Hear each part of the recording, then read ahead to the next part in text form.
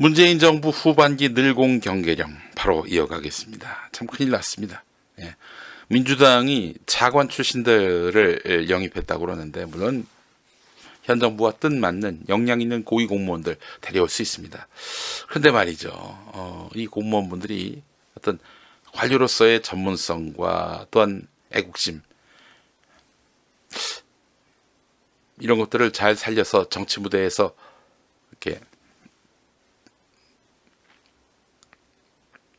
건강하고 또한 뭐랄까요, 신념 있게 그 역량을 발휘하면 좋을 텐데 과연 그러한가?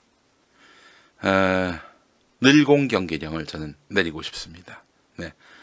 늘공들이 말이죠. 과거에는 권위주의 정부 시절에는 그냥 뭐 대통령 한 말씀이면 대통령이 조금 심기가 안 좋았다 그 말로도 뭐 그냥 바로바로 그냥 개선하고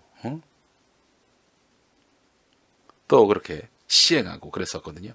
요즘 문재인 대통령 할 일을 뭘로 하는 건지 이 늘공들 정말 위험수위에 다다랐습니다.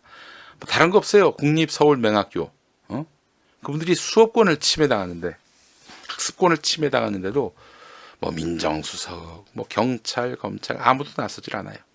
빤스는 그냥 저 잘났다고 거 봐라 문재인이가 뭐 책 잡힌 게 있으니까 저렇게 꼼짝도 못하는 거 아니냐. 내가 무서워서 이러는 거 아니냐.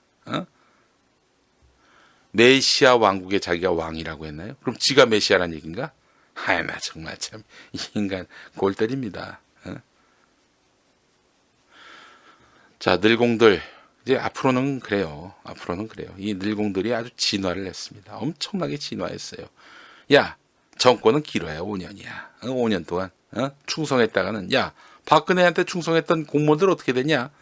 우리는 우리대로 행복하면 돼. 정권이 망하든 흥하든 이 마인드란 말이죠. 실제로 그랬어요. 그래서 이 공무원들의 기강을 잡는 일은 매우 중요한 것이고 그런 의미에서 보면 문재인 대통령이 김진표 의원을 국무총리로 세우려고 했던 의도 중에도 이런 게 있었던 게 아닌가. 공직사회를 확실하게 틀어주면서 일하는 공직사회로 만들기 위한. 근데 참 안타까운 일이죠. 예.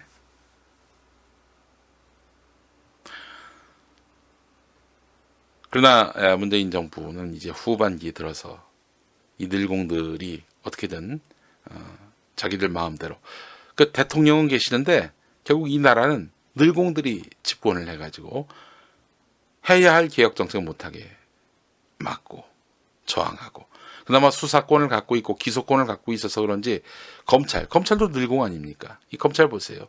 지금 늘공 중에 늘공 이 검찰이 보이고 있는 횡포를 생각하면은 정말 공직사회 기강 바로잡기 이거는 시급합니다. 정말 기묘해요. 예. 이 이야기를 잠시 후에 나누도록 하겠습니다. 광고부터 만나보시죠. 그래요. 김용민.com 송구영신 이벤트 지금부터 여러분들께 안내해 드리겠습니다. 아이고 고맙습니다. 자, 일단 김용민.com에서 검증 과정을 통해 좋은 제품을 선정해서 압도적 최저가로 판매하고 있는데요. 정말 많은 분들이 2019년 한 해 동안 많은 성원을 보내주셨습니다. 정말 만족한 분들도 계시고 때로는 기대에 못 미쳐서 실망하신 분도 계실 텐데 자, 실망하신 분들도 좋고요. 만족하신 분들도 좋고 저희한테 의견을 많이 남겨주시면은 일상의 후기를 남겨주시면 저희가 총 200만 원 상당의 마켓 최고 인기 상품들을 선물로 보내드리겠습니다. 선물로 보내드릴게요. 이벤트 기간 내에 후기 작성한 구매 고객께 추첨해서 저희가 선물로 드리도록 하겠습니다. 많은 후기 부탁드리겠습니다. 30만 김용민 TV 구독자 여러분 김용민.com 많이 이용하시죠. 송구영신 후기 이벤트 많이 참여해 주시기 바랍니다. 자, 늘공 중에 늘공 검찰 이야기 해보겠습니다. 2012년 11월 검찰 내부망에 익명 게시판이 만들어졌다. 이렇게 시작하는 이문정 울산지검 부장검사의 정동 칼럼 경향신문에 실렸는데요. 이 내용 읽어보겠습니다. 검찰의 대나무 숲을 허하라. 대나무 숲이 뭐냐? 그러니까 대나무 숲에서 이야기하면은 누가 이야기했는지 감을 못 잡는 모양이죠. 네. 왜 페이스북 보면은 아무개 대학 대나무 숲 뭐 이런 게 있잖아요. 직장도 요즘 뭐 대나무 숲이라는 브랜드를 쓰는지는 모르겠습니다만 익명 게시판이 활성화되어 있습니다. 익명 게시판에서 솔직한 이야기를 하게 되고 이로써 불이익을 피할 수 있게 되고 말이죠. 자, 2012년 11월 검찰 내부망에 익명 게시판이 만들어졌습니다. 그 직전인 10월 22일 수뇌부만 개혁 방안을 고민하지 말고 고민을 나누어 달라 이러면서 우리의 내일은 함께 만들어 가야 하지 않겠느냐. 후배들도 주저하지 말고 생각을 말해달라. 마음과 뜻을 모아야 한다. 이런 글을 올렸어요. 2012년 11월 문재인 후보가 당선될 거라고 그렇게 내부에서 생각했던 모양이죠. 아니군요. 예. 10월 22일에 이 익명 게시판이 만들어지기 전에 이문정 검사가 글을 썼는데 이렇게 익명 게시판을 만들어달라 이런 요청을 했고 대검찰청에서 이걸 받아들여서 한 달 기한으로 익명 게시판 개설을 결정했는데 글은커녕 댓글조차 많이 달리지 않아서 고요한 검찰 내부망에 익명 게시판이 열리자 누구도 상상하지 못한 신세계가 펼쳐졌다고 해요. 화산이 폭발하듯 쏟아지는 불만과 분노, 격정적인 비판과 반론. 이건 흥미진진하기도 했지만 알지 못했던 내부 부조리와 불신, 갈등을 깨달아가는 과정. 네. 고통스럽긴 했지만은 굉장히 유익했던 과정이라고 말하고 있어요. 익명 게시판 개설을 후회한 대검은 익명 게시판 연장을 희망하는 내부 여론에도 불구하고 12월 5일 자정을 기해서 예정대로 폐쇄하겠다고 공지하더군요. 그렇게 해서 이걸 제안한 이문정 검사의 고난의 시대가 열리기 시작했습니다. 저는 도시락 폭탄을 던지는 독립투사의 심정으로 건의글을 지속적으로 올리면서 여기저기 불려다녔고 저와 의견을 같이 하는 글을 거듭 올리던 동료는 검찰 역사상 전무후무하게 검사 적격심사로 쫓겨났습니다. 응원 댓글을 달던 동료들도 상사들에게 불려갔고 제가 근무하던 창원지검과 법무부 검찰국에 제 글 모니터링 담당도 있었다는 말을 뒤늦게 전해 듣기도 했으니 검찰의 내부 언로 탄압은 2010년대 대한민국에서 도저히 일어날 수 없는 상식 이하의 상황이었죠. 왜 이런 게 불편할까요? 좀 넉넉하게 뭐 이런 의견도 받아들일 수 있는 거 아닙니까? 근데 왜 이렇게 불편했을까요? 검찰은 뭐 말 그대로 검사 동일체라고 해가지고 이견이란 있을 수 없다. 반항이란 있을 수 없다. 이 관념, 이 고정관념 때문이었을 겁니다. 2019년 11월 25일 얼마 전에 법무검찰개혁위원회에서 익명 게시판 개설을 검찰에 권고했습니다. 공수처 도입 등 검찰개혁 거대 담론들에 비하면 사소해 보일 수 있지만 검찰 내부 민주화를 위해서 반드시 필요한 것을 콕 찍어서 권고하니 얼마나 기쁘던지요. 검찰 언론을 틀어막고 쓴소리한 사람들을 탄압하던 그때 그 사람들이 검찰 수뇌부에서 여전히 권력을 잡고 있습니다. 적폐 중에서도 여전히 검찰 수뇌부에 있는 사람들 있죠. 검찰의 민주화는 언로가 열림으로써 비로소 시작될 것이고 검찰이 민주화되면 검찰의 주인이 검찰 수뇌부에서 국민으로 결국 바뀌게 될 것입니다. 이런 말을 했습니다. 그래요. 검찰 참 갈 길이 멀죠. 이 지금의 검찰은 MB 정권이 쿨했다라고 말한 그 검찰이에요. 달라진 게 없습니다. 변화된 게 없어요. 이명박에게 충성하고 문재인에게 들이받는 권위주의 정부에 충성하고 민주정부에는 들이받는 이런 검찰의 모습 그대로입니다. 이문정 검사 저하고 나이가 같습니다. 근데 정말 제가 너무 존경합니다. 이분을 보면은 존경을 안 할 수가 없어요. 뭐 이런 얘기가 뭐 바람직하진 않지만 저하고 같은 동년배 여성들을 보면은 이 공통점이 있어요. 이문정 검사님 뭐 저하고 같이 학교 다닌 적은 없습니다만 한 번도 겹친 적이 없지만 이 기질이 있어요. 요 나이 또래 들이받아요 쉽게. 그냥 불이하다 싶으면은 자신이 뭐 상처를 입건 불공평한 처우를 당하건 상관없이 들이받습니다. 이러니 저는 제 나이 때의 동년배 여성들을 참 존경합니다. 진심으로 존경해요. 예. 제 나이 또래의 그 여성 중에 상징적인 인물은 이제 우리 이문정 검사님도 있지만은 김윤아 씨도 그러합니다. 네. 김윤아 씨도 그러해요. 네. 김윤아 씨 얼마나 또 당당합니까? 노래도 당차고, 항상 웃음을 잃지 않는 그 패기도 느껴지고 말이죠. 갑자기 74년생 여성 띄우기에 나선 것 같습니다. 호랑이띠인데, 네. 그래요, 김윤아 씨. 예. 그렇습니다. 네. 자, 그래요. 그 늘공 사회도 이제 균열이 일어나기 시작했어요. 아마 이문정 검사는 자기 때에 무슨 영화를 보거나 그러지 못할 겁니다. 그러나 이렇게 거의 70년 가까운 검찰의 이런 권위적이고 폐쇄적인 이런 구조에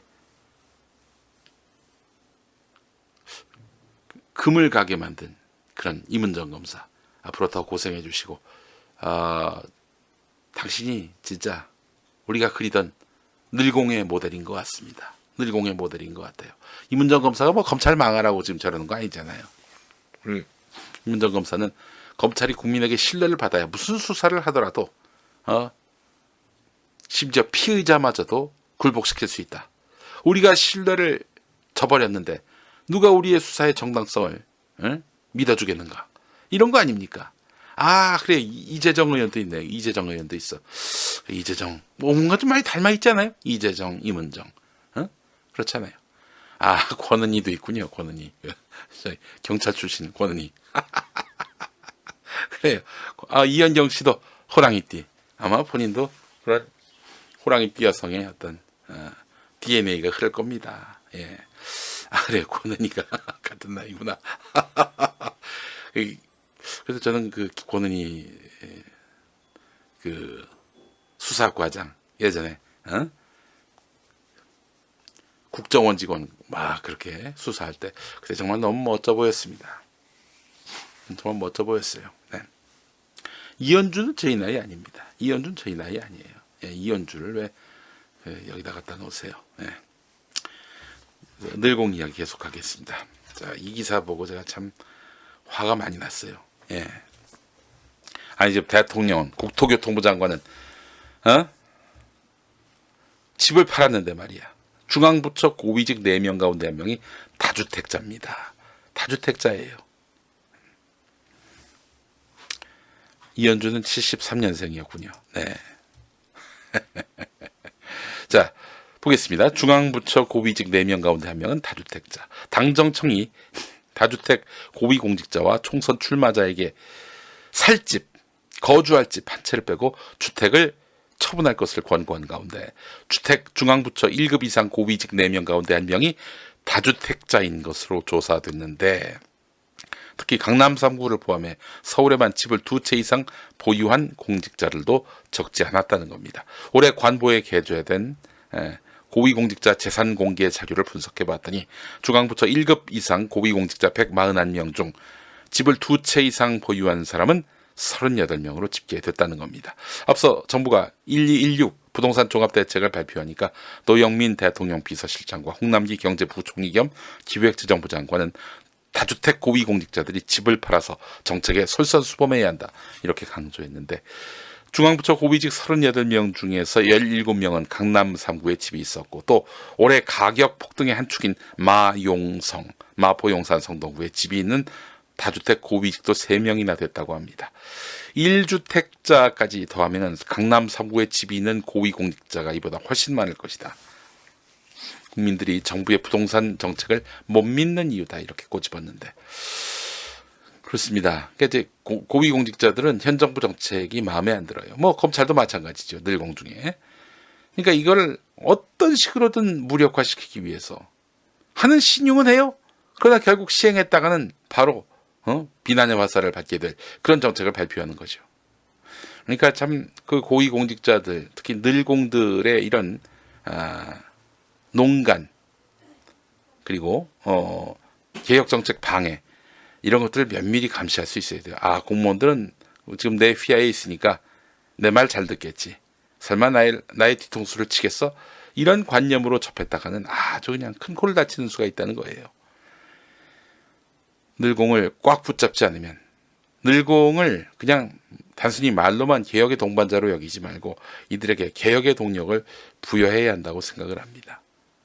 사실 늘공들이 박근혜한테 등 돌렸죠. 등 돌린 이유가 뭡니까? 짓밟으니까, 사람 대접 안 하니까, 하수인으로 하니까. 최순실이가 아주 그 촛불혁명에 혁혁한 공헌을 했어요.